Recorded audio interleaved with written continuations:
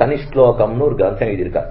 முக்கியமான ஸ்லோகங்களை எடுத்து கோர்த்து கோர்த்து ரொம்ப ஆச்சரியமான வியாக்கியானம். அதுல தெரிவிக்கிறார், இந்த விஸ்வாமித்திரர் தசரதனை பார்த்து பேசுகிறாராம். உனக்குத்தான் உன் பிள்ளைய தெரியும் நினைச்சுக்காது தசரதா, எனக்கு தான் தெரியும் உனக்கு தெரியாதுங்கிறார். இல்லையே நான் தானே பெற்றேன்னு என்ன தசரதன் சொல்லுகிறார். அப்ப விஸ்வாமித்திரர் சொல்றார், இல்ல உனக்கு ஏன் தெரியாதுன்னு சொல்ல தெரியுமா, நீ நினைச்சிருக்கிறது உனக்கு ஆசை, நீ இருக்கிறது எல்லா நிலையும் வேறு. நீயோ வில்லும் கையுமாக இருக்கிறாய், நானோ புல்லும் கையுமாக இருக்கிறேன். புல் பிடித்த எனக்குத்தான் ராமனை தெரியுமே தவிர வில்லு பிடித்த உனக்கு ராமனை தெரியாது. நீ ஆசனத்துக்கு மேல உட்காண்டிருக்கே, உனக்கு ராமனை தெரியாது. ஆனா பகவானுடைய ஆசனத்துக்கு கீழே நான் உட்காண்டிருக்கேன், எனக்கு தான் தெரியுமே தவிர உனக்கு அவனை தெரியாது. நீ நினைச்சிட்டு இருக்கிறது உன்னுடைய ஆசையெல்லாம் அர்த்தத்திலையும் காமத்திலையும் உனக்கு ஆசை, தர்மத்திலையும் மோட்சத்திலையும் எனக்கு ஆசை. தர்ம மோட்ச பராயணனான எனக்கு ராமனை தெரியுமே தவிர அர்த்த காம பராயணனான உனக்கு ராமனை தெரியவே தெரியாது. இன்னொன்னு சொல்றேன் கேட்டுக்கோ தசரதா, ராமனை உன்னுடைய கர்ப்பம்னு நீ நினைச்சிருக்கேன். ஆனா நான் புரிஞ்சின்றது உலகமே ராமனுக்கு கர்ப்பம் இருக்கு. உன் கர்ப்பம்னு நினைச்சிருந்தியான அவன் பெருமை தெரியாது. லோகமே பகவானுக்கு கர்ப்பம்னு பிரிச்சுன்னா தான் அவனுடைய பெருமை தெரியும். அகம் வேத்மி மகாத்மானம் ராமம் சத்திய பராக்கிரமம், சத்திய பராக்கிரமனான ராமன் வைபவத்தை சொல்றேன்னு அதுக்கு மேல அவர் சொல்றார், இந்த ஒரு விஷயத்துல யோசிச்சுப்பார். எப்பவும் உன்னுடைய ராஜசபையில நிறைய பேர் ரிஷிகள்லாம் உட்காந்துருக்காடும் இல்லையோ, அதுல வசிஷ்டர்னு ஒருத்தர் இருக்காருப்பா, உன் குலகுரு. எனக்கு அவருக்கு ரொம்ப பொருத்தம். எத்தனை நாளா நாங்க ரெண்டு பேரும் என்ன சண்டை போட்டுருக்கணுமோ மொத்தமும் போட்டிருக்கோம். ஆனா இந்த ஒரு விஷயத்துல மட்டும் நீ யோசிப்பார். சாதாரணமா லோகத்துல வழக்கம், நான் உன்னை உண்டுன்னு சொன்னா தலை பொறுப்பா அவர் அது இல்லேன்னு விடுவார். அவர் அதேதான் ஒண்ணு இருக்குன்னு சொன்னா தலை பொறுப்பா நான் இல்லேன்னு விடுவேன். இப்படித்தான் இன்னி வரைக்கும் ரெண்டு பேரும். இப்ப ஒரே ஒரு பரீட்சை உனக்கு. இப்போ நான் சொல்றேன் ராமன் சத்திய பராக்கிரமன், ராமன் மகாத்மானு. தைரியம் இருந்தா வசிஷ்டர் இல்லேன்னு சொல்லிப்பார்.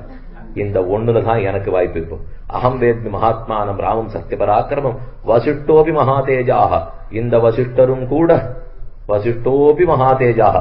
அபி சப்தம் இருக்கு பாருங்க, ச ஹ அபி வை வா, இதெல்லாம் ஒற்றை எழுத்து சொற்கள். இதுக்கு 1000 அர்த்தம் சொல்லிடுவா சம்ஸ்கிருதத்துல. வசிஷ்டோபி மகாதேஜாக, வசிஷ்டரும் கூட. நான் எத்த சொன்னாலும் மறுக்கிற வசிஷ்டரும் கூடன்னு அர்த்தம். அப்படிப்பட்டவரும் கூட இப்ப நான் ஒரு விஷயம் சொன்னேன் பார், ராமன் தான் சத்திய பராக்கிரமன், அதை மறுத்தே பேச மாட்டார். ஏசேமே தபசி ஸ்திதாக. அதோட அல்ல, பக்கத்துல இத்தனை ரிஷிகள் உட்காந்துருக்காளே அத்தனை பேரும் ஒத்துக்கொள்ளுவார்கள். இவ ஒத்தத்தரும் தபஸ் பண்ணி பிரம்மத்தை தேடி வச்சிருக்கிறவா. நீ ராமனை பெற்றதாக நினைக்கிறாய், ஆனா பெற்றது பிரம்மத்தைங்கிறது இவர்களுக்கு தான் தெரியும். பிரம்மன் தேர்ந்தெடுத்து உன்னை தாயார் தகப்பனாரா சொல்லிருக்கு. பிதரம் ரோச்சயாமாச ததா தசரதம் ரூபம். தன்னுடைய தாய் தகப்பனார் ஆனான்னு தேர்ந்தெடுத்துக்க முடியுமா? பிரம்ம மணி சொல்லு. பிதா பித்திரேன பித்ருமான் யோனியோனவுன்னு சாஸ்திரத்துல சொல்லுவார்கள். யாரும் பிறக்க பிறக்க ஒளி குறைஞ்சுட்டே போகும். ஆனா பகவானுக்கு பிறக்க பிறக்க ஒளி விஞ்சிக்கொண்டே போகிறது. பிரசவம் நடக்கிறது சொல்லியோ, ஒரு பெண்ணு குழந்தை பெற்றெடுத்தா குழந்தை பெற பெற இளம குறைஞ்சுட்டே தான் போகும். தான் வாழ்க்கையில பாக்குறோம். ஆனா பகவானுக்கு பிறக்க பிறக்க ஒளி வளர்ந்து கொண்டே போகிறதா. அவன் எத்தனை பிறவி எடுத்தாலும் அது இன்னும் அடியார்களுக்குன்னே அவதரிக்கிறான் இல்லையோ. அதனாலே ஒளி விஞ்சக்கூடிய ராமனை நான் அறிந்திருக்கிறேன். தசரதா உனக்கு தெரியாது, சொன்னதை கேள். அகம் வேத்மி மகாத்மானம் ராமம் சத்தியபராக்கிரமம் வசிஷ்டோபி மகாதேஜாக ஏசேமே தபசி ஸ்திதாக எதிதே தர்மலாபந்து யசஸ்ச பரமம் புவி. உனக்கு லோகத்துல கீர்த்தி ஏற்படணும், உன் குலம் வாழ வேண்டும், நல்லது நடக்க வேண்டும், எவ்வெண்ணம் இருந்தாலும் கொடு. உன் மூத்த பிள்ளை ராமனை என்னோட அனுப்பி வை அப்படின்னு விஸ்வாமித்திரர் கேட்கிறார். இருந்தாலும் மனசு அவனுக்கு ஏற்கலை. தசரதன் மேல பதில் சொல்றான். தச்ருத்வா ராஜசார்தூலா விஸ்வாமித்திரஸ்ய பாஷிதம் முகூர்த்தமிவ நிசஞ்ஞா சஞ்ஞாவான் இதம் அப்ரவீத் ஊனஷோடச வருஷா மேராமோ ராஜீவலோச்சனா ந யுத்த யோக்கியதாமஸ்ய பஸ்யாமி சகராட்சசைஹி. ஒரு முகூர்த்தம் பேசவே இல்லையா. இதை கேட்ட உடனே அதிர்ச்சி அவனுக்கு. இப்போ அதனால மேல என்ன பதில் சொல்றதுன்னு தெரியல. ஒரு முகூர்த்த காலம் சும்மா இருந்துட்டு இப்ப பேசுறான். ஊனஷோடச வருஷா மே ராமஹா ராஜீவலோச்சனா. என் ராமன் தாமரை கண்ணா. ராஜீவலோச்சனா ஊனஷோடச வருஷா. ஷோடசம்னா 16, ஊனனா குறவுன்னு அர்த்தம். 16 வயசுக்கு குறவுங்க அர்த்தத்தான் ஊனஷோடசான்னு சொல்லுகிறான். 12ன்னு சொல்லவன். ஊனஷோடச வருஷா 16 நிரம்ப பெறாத ராமன். என் 12 துவாதசான்னு சொல்ல தெரியாத தசரதனுக்கு. என்னதுக்கு என்னமோ சொல்லிட்டு இருக்கான். என்ன இருக்கு? ஏன்னா அந்த நாள்ல ஒரு வழக்கம், 16 வயசு நிரம்பினாத்தான் போர்க்களத்துக்கு அனுப்ப முடியும். இது சட்டம், யுத்த நீதி. இப்ப இவனுக்கு விஸ்வாமித்திரோட அனுப்பிச்சு வைக்க மாட்டேங்கிறதுக்கு 16 நிரம்பலைன்னு சொல்லணும் இல்லையும். அதனால இப்ப 12ன்னு சொல்றதுல அவனுக்கு நோக்கம் இல்லை, 16 ஆகலேன்னு சொல்றதுலதான் நோக்கம். ஊனஷோடச வருஷா மே ராமஹா. ரொம்ப ஆச்சரியமா பெரியவாச்சனல் வியாக்கியானம் பண்ணார். மே ராமஹ, என்னுடைய ராமன் அப்படின்னா இருக்கட்டுமே, ஓ ராமனாவே இருக்கட்டும். அதைத்தான் கேட்கிறேன். என்னன்னா, நீ ஏதோ பரசுராமன்னு நினைச்சிருந்து இங்க வந்துட்டீர் போல் இருக்கு. இது என் ராமன். நீர் பார்கவ ராமனை தேடின்னு வந்திருக்கீர். இவன் தசரத ராமன். தசரத ராமனுக்கு இந்த சண்டை பூசெல்லாம் தெரியாது. நீர் ஏதோ பரசு ஆயுதத்தை கோடரி வச்சிருக்கிறவரை தேடி போயிருக்கணும். நீர் ஏதோ முகவரி மாறி இங்க வந்துட்டீர்னு நினைக்கிறேன். மே ராமஹா, என்னுடைய ராமன். இன்னொரு ஆழ்ந்த கருத்து உண்டு. நாம ஒரு பொருளை நம்மதுன்னு சொல்லிட்டா பெரியவர்கள் அதை வாங்கிக்க மாட்டா. அவள்கிட்ட கொடுக்கணும்னு வச்சுங்க, இதன் நாமாமா, இது என்னது அல்ல. இப்ப பிராமணாய துப்பியமகம் சம்பிரதத்தே, உன்னை குறித்ததை கொடுக்கிறேன், இது என்னது இல்லை. இது என்னதுன்னு நாம சொந்தம் கொண்டாடினா பெரியவர்கள்லாம் வாங்கிக்கவே மாட்டா. அது நம்மது அல்லங்கிற எண்ணத்தோட தான் அவர்கிட்ட கொடுக்கணும். கொடுத்த பிற்பாடு தப்பித்தவரி நம்மதுங்கிற எண்ணமே வச்சுக்கூடாது. தசரதனுக்கு இந்த சாஸ்திரம்லாம் தெரியும் இல்லையோ, அதனால வேணும்னு மே ராமஹா, என்னுடைய ராமன்கிறான். கோவம் வந்து விட்டு போயிட்டோமே, ஏன்னா என்னுடைய நான் சொல்லிட்டேன் இல்லையோ. அப்ப என்னோடது நீ உன்னோடதுன்னு இனிமே நான் வாங்கிக்க மாட்டேன் அப்படின்னு சொல்லிட்டு போட்டமேன்னு எதிர்பார்த்தா, நீ உன்னோடன்னு சொன்னியோ இல்லையோ, அதனாலேயே வேணுங்கிறாரு. மே ராமஹா ராஜீவலோச்சனா ஆஹா வசிட்டோபி மகாதேஜாக. இன்னும் வசிட்டரும் ஒத்துண்டா கூட இவர் விடுறதா இல்லையோ. ஊனசோடச வருஷா மே ராமஹா ராஜீவலோச்சனா, தாமரை கண்கள் படைத்த ராமன். இப்ப என்ன, ராமனுடைய தாமரை கண்ணை பத்தி விஸ்வாமித்திர இடத்துல சொல்லி ஆகணும். இப்ப சண்டைக்கு வானவர் கூப்பிட்டு இருக்கிறச்சே, ராமன் தாமரை கண்ணனா இருந்தார்னா, தடந்தோழனா இருந்தார்னா, இல்ல கொவ்வை வாய் விதடனா இருந்தார்னா, இது ஒண்ணும் அழக பாடுற பாஷரமே இல்லை. பின் எதுக்கு சொல்றாருன்னா காரணம் இருக்கு அந்த இடத்துல. ராஜீவலோச்சனா தாமரை கண்ணன் இல்லையும். தாமரை எத்தனை நாள் முடிச்சுட்டு இருக்கும்? 5:45 ஆனா முடிச்சு போயிடுமா? 5:30 5:45 சூரிய அஸ்தமனம் ஆயிடுறது. சூரிய அஸ்தமனம் ஆயிடுச்சா தாமரை எல்லாம் வளர்ந்துடும், அப்புறம் மலராது, மொட்டிச்சோடும். மறுநாள் காலத்தால் 6 மணிக்கு சூரியோதயம் ஆர்ச்சதான் அப்புறம் தாமரை மலரும். ராட்சசர்களுக்கு ரஜனீச்சராள்னு பேர். ரஜனீச்சராள்னா ராத்திரி வேளையிலேயே சஞ்சரிக்கிறவாள்னு வாளுக்கு பேர். அப்ப ராட்சசாளுக்கெல்லாம் ராத்திரியில தான் பலம். ராமனோ தாமரை கண்ணன். அப்படின்னா அவர் எத்தனை மணிக்கு தூங்கி போடணும்? 5:45 தூங்கிடணும் இல்லையோ.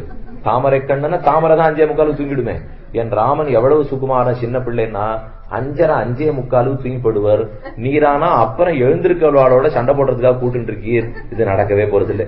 ஊனசோடச வருஷா மே ராமஹா ராஜீவலோச்சனா நான் யுத்த யோக்கியதாமஸ்ய, இவனுக்கு யுத்தம் பண்றதுக்கு யோக்கியதையை நான் பார்க்கவில்லை. பசியாமி சக ராட்சசை, அதுவும் யாரோட கூப்பிடுறீர்? ராட்சசர்களோட. மனுஷர்களோடையா கூப்பிடுறோம்?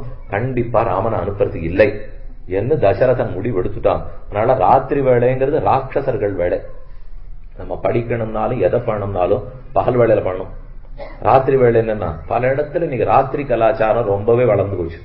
அது படிப்புல இருந்து சரி, ஆட்டம் பாட்டத்தில இருந்து எல்லாமே கொஞ்சம் நாள் அப்படி தள்ளி வச்சுடும். சாதாரணமா கார்த்தால 4ல இருந்து ராத்திரி 9:30 10 மணி வரைக்கும் பண்ணிட்டு இருந்தோம். எப்படியும் அப்பவும் 6 மணி நேரம் 7 மணி நேரம் தூங்கிட்டு தான் இருந்தா, இப்பவும் தூங்கிட்டு தான் இருந்தோம். ஆனா இப்ப வந்து ராத்திரி 2ல இருந்து பகல் 10 வரை அப்படி தூக்கத்தை மாத்தினுட்டோம். ஏன்னா ஏதோ 2 மணி வரைக்கும் அங்க போய் இங்க போய் அல்லாடிட்டு எல்லாத்தையும் பண்ணிட்டு அப்புறம் காலங்காலத்தால பொழுதே விட்டுட்டோம்னா, அதனாலதான் ராட்சச தன்மையும் வளர ஆரம்பிச்சுடுது. பொழுது ராட்சச பொழுது இல்லையோ, ராட்சச பொழுதுல வேலை பார்த்தோம்னா ராட்சச தன்மை தான் வளரும். அதனாலதான் மனசு தாவறது, ஆறு பறிக்கிறது, என்ன என்ன என்னன்னு எத்தையோ தேடிண்டே போறது. ஒரு நிலைக்குள்ள மனசு அடங்க மாட்டேங்கிறது, எல்லாம் ராட்சச சுபாவம். அந்த காலத்துக்கு போகாமல் சாத்திகமான காலம் விடியற்காலை பொழுது. அந்த காலை பொழுதுல எங்க வேணா நாம இருப்போம், நாம இருக்கணும். அது ரொம்ப முக்கியம். நம்ம கிட்ட எத்தனையோ நன்மைகள்லாம் இருக்கு, இருக்கிறத விட்டு கொடுக்காம பாத்துக்கணும். வேற எங்க எந்த நன்மை கிடைச்சாலும் எடுத்துங்கோ, அது யாரும் மறுக்கவே இல்லை இப்போ. ஆனா நம்மளை விட்டு கொடுத்துட்டு இன்னொரு நன்மையை நம்ம தேடின்னு போக வேண்டாம். நம்ம கிட்ட ஏதோ ஒண்ணு இல்லையா, செய்வோம். என்ன குறவு? இப்போ புத்திசாலித்தனத்துக்கு ஒரு குறவு நமக்கு இல்லவே இல்லை. ஒண்ணு நல்லா ஞாபகப்படுத்திக்கணும். இப்ப இந்த நாட்டுல இருக்கிறவாளே, நம்ம பாரத தேசத்துல இருக்கிறவாள்லாம் ரொம்ப புத்திசாலிகள். அதனாலதான் நான் அங்கேயிருந்து எல்லாரையும் கூட்டி இங்க வேலைக்கு வைக்கிறேன். அது நல்லாவே தெரியும் சொல்லியோ. அப்போ அங்க இருக்கிறவாளுக்கு புத்தி இருக்குங்கிறத எல்லாரும் ஏத்துக்கிறாள்னு தெரியும் சொல்லியோ. அது திடீர்னு நான் இன்னைக்கு கண்டுபிடிச்ச புத்தி இல்லையோ இல்லையோ, ரொம்ப நாளா சேர்த்து வச்சிருக்கிறது தானே அது. அந்த வழியில வந்து தானே நமக்கு இப்ப புத்தி இருக்கு. அப்ப அன்னில இருந்து எந்த வழியில சேர்த்திருக்கா? கார்த்தால எழுந்து தானே அந்த வழியை சேர்த்திருக்கா. இன்னைக்கு இன்னொரு 100 வருஷம் இப்படியே ராத்திரி வேளையில நம்ம அல்லாடினோம்னால் அந்த புத்தி நம்ம கிட்ட இருக்காது. ஏன்னா பாரத தேசத்துல கண்டுபிடிச்சு வச்சிருக்கிறது சாத்விக காலம். அந்த காலத்துல இப்படி பண்ணாதான் இருக்குங்கிறது தான் மகர்ஷிகள் சொல்லியிருக்கிறது. அத ஓடுற வேகத்துல இத்தனை நாள் நம்ம ஓட்டிட்டோம். இனிமே ஓட்டணும்னா மறுபடியும் அதை தெரிஞ்சுட்டா தான் ஓடுறதுக்கு முடியுமே தவிர இப்ப மாறும். கிருத்தத்ரேதா துவாபர யுகம் வரைக்கும் ஒழுங்கா போச்சு. கலியுகம் வந்து முற்ற நிலைமை மாற ஆரம்பிக்கிறது.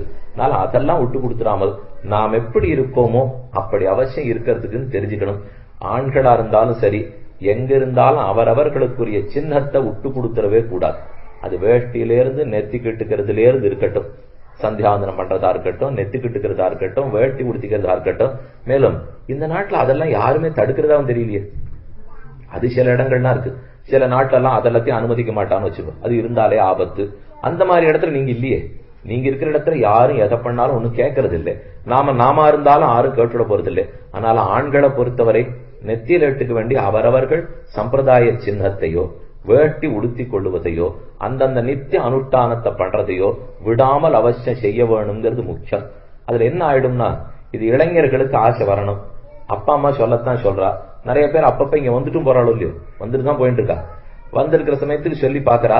அதுக்கு மேல நாம 3 மாசத்துல கிளம்ப போறவா இங்க குறுக்க பேசி நமக்கு என்னன்னு அவளுக்கும் தோன்றது. இப்போ சொன்னா எடுபடுமாங்கிற சந்தேகம் அவளுக்கு இருக்கு. சொல்லிட்டு எடுபடலைன்னா மூக்கொடப்பட்டு போறதை விட சொல்லாமலே போடுவோமே அப்படிங்கிற எண்ணத்துல அவ இருக்கா. இதெல்லாம் தெரிஞ்சது, யாருக்கும் தெரியாமலே இல்லை. அதனால நாம தான் மனசை தேர்ச்சி கொண்டு நமக்குன்னு இருக்கிற சொத்தை விட்டு கொடுத்துட மாட்டேன்னு இருக்கணுமே தவிர, அதை விட்டுட்டு பெற்றவர்களே இதை சொல்லணுமான்னு யோசிக்க வைக்கிற நிலை பிள்ளைக்கும் பெண்ணுக்கும் ஒரு நாளும் வரவே கூடாது. அதனால ஆண்களை பொறுத்தவரை அதை அவசியம் செய்ய வேண்டும்.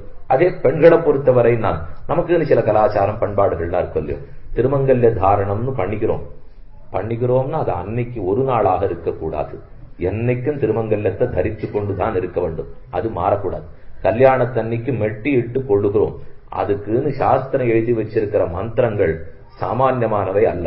சப்தபதி எடுத்து அதுக்குன்னு மெட்டி போட்டு விடுற அளவுக்கு சாஸ்திரம் எவ்வளவோ சொல்லியிருக்கோம் இல்லையோ. அதனால அதை நாம விட்டு கொடுத்துடக்கூடாது. அதனாலே ஏதோ புடவை கட்டி கொள்வதோ தாலி தரித்துக் கொள்வதோ மெட்டி இட்டுக் கொள்வதோ யார் வேண்டான்னுட்டா. போற இடத்துல வேலைக்கு பார்க்கிற இடத்துல வேண்டான்னு அரணை சொல்லிவிட்டாளன்னு. நம்ம பாரத தேசத்திலேயே வேற மாநிலத்தில் இருக்கிறவர்கள்லாம் பலர் தங்களுடைய சின்னத்தை விட்டு கொடுக்க மாட்டேன்னு போராடி போட்டுதான் இருக்கா. பல சமயத்துல நாம பார்த்திருக்கோம். ஆனா நாம மட்டும் என்னத்துக்கு இப்ப விட்டு கொடுத்துடணும்? இதுக்கெல்லாம் அர்த்தமே இல்லைன்னு நினைச்சிடக்கூடாது. ஒன்னொன்னு மந்திரபூர்வமா சொல்லி போட்டுன்னு வந்திருக்கோம். அது ஒண்ணு வேண்டாம், மந்திரமே போட்டமே. ஒரு கல்யாணத்துக்கு 5 லட்சம் ரூபாய் செலவழிச்சனை பண்ணி கொடுத்துருக்காங்க. அந்த செலவான ஞாபகம் இருக்கணுமா இல்லையா?